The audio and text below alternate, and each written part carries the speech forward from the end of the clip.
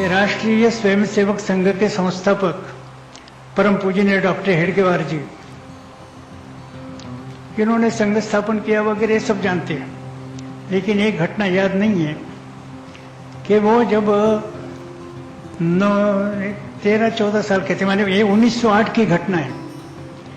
1908 में विजयादशमी के पहले उनके काका आबाजी हेडगेवार रामपायली में गवर्नमेंट सर्वेंट के नाते थे। रामपायली नागपुर के पास एक गांव है, तो छुट्टी के दिन के नाते वो रामपायली में गए थे। उस गांव में ऐसी प्रथा थी कि विजयादशमी के दिन सब गांव वाले सीमोल्लंघन करते थे और वापस आते थे। उस दिन ये छोटा बालक केशव ये भी उनके साथ था, और वहां जाने के बाद केशव का भाषण हुआ, स्वदेशी के बारे में भाषण हुआ। भाषण तेजस्वी था, वंदे मातरम से प्रारंभ हुआ था। उन दिनों में वंदे मातरम बोलना कठिन था, और भाषण के अंत में सब लोगों को खड़े होकर डॉक्टर हेडगेवार ने, माने उस समय के केशव ने, सबको स्वदेशी की प्रतिज्ञा ग्रहण करवाई। ये घटना बहुत लोगों को पता नहीं है। तो स्वदेशी से हमारा संबंध संघ के जन्म के प्रारंभ से पूर्व ही हमारा संबंध स्वदेशी से है।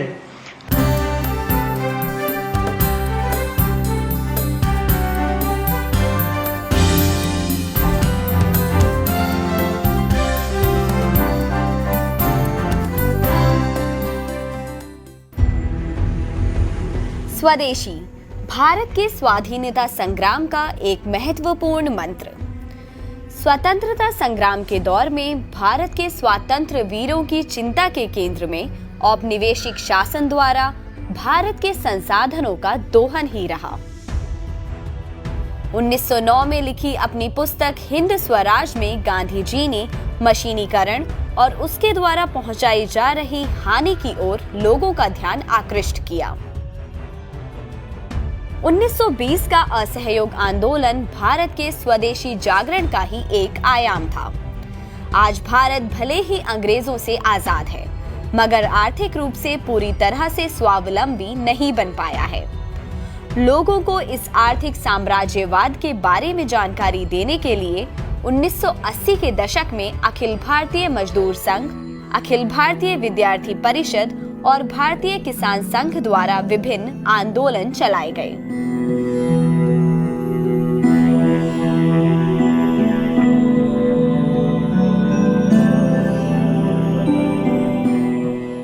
नवंबर 1991 को राष्ट्रीय स्वयंसेवक संघ की प्रेरणा से कार्य कर रहे 5 संगठन, जिनमें अखिल भारतीय विद्यार्थी परिषद, भारतीय मजदूर संघ, भारतीय किसान संघ, अखिल भारतीय ग्राहक पंचायत और सहकार भारती के प्रतिनिधियों की मौजूदगी में स्वदेशी जागरण मंच की स्थापना हुई।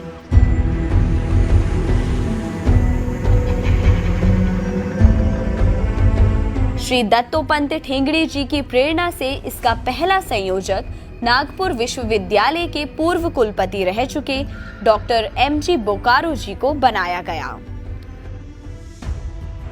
स्वामी विवेकानंद की जयंती के दिन स्वदेशी जागरण मंच ने केंद्र की नीतियों की आलोचना करते हुए अपना पहला व्यापक आंदोलन किया। बड़ी मात्रा में साहित्य छापकर स्वदेशी जागरण मंच के विचारों और आदर्शों को लोगों के बीच पहुंचाया। धीरे धीरे अखिल भारतीय विद्यार्थी परिषद, वनवासी कल्याण आश्रम और विद्या भारती जैसे बड़े सामाजिक संस्थान भी इससे जुड़ने लगे। अपने स्थापना काल से ही संगठन घरेलू उत्पादों का समर्थन और अंतर्राष्ट्रीय स्तर पर व्यापार में सहयोग और सावधानी बरतने पर जोर देता रहा है। आज देश के उत्पादन में बहुराष्ट्रीय कंपनियों का स्वामित्व एवं नियंत्रण है। आज अगर हमें देश को विकसित देशों की अग्रिम पंक्ति में खड़ा करना है, तो हमें स्वदेशी ही अपनाना होगा। स्वदेशी अर्थात मेड इन इंडिया। स्वदेशी वस्तुओं और सेवाओं को अपनाने से ही देश का समावेशी विकास संभव है। हमको समाज का जागरण, समाज का प्रबोधन और समाज के स्वावलंबी संगठन सुदृढ़ करने पड़ेंगे। और दर्शन कौन सा लेना पड़ेगा? एकात्म मानव दर्शन का उन्होंने हर बार ही किया है।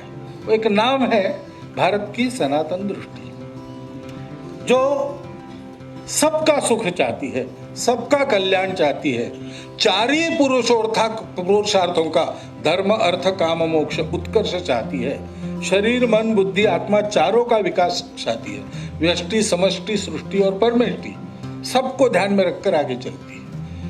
ऐसी एक समग्र एकात्म दृष्टि ही हर बात के बुनियाद में होनी चाहिए।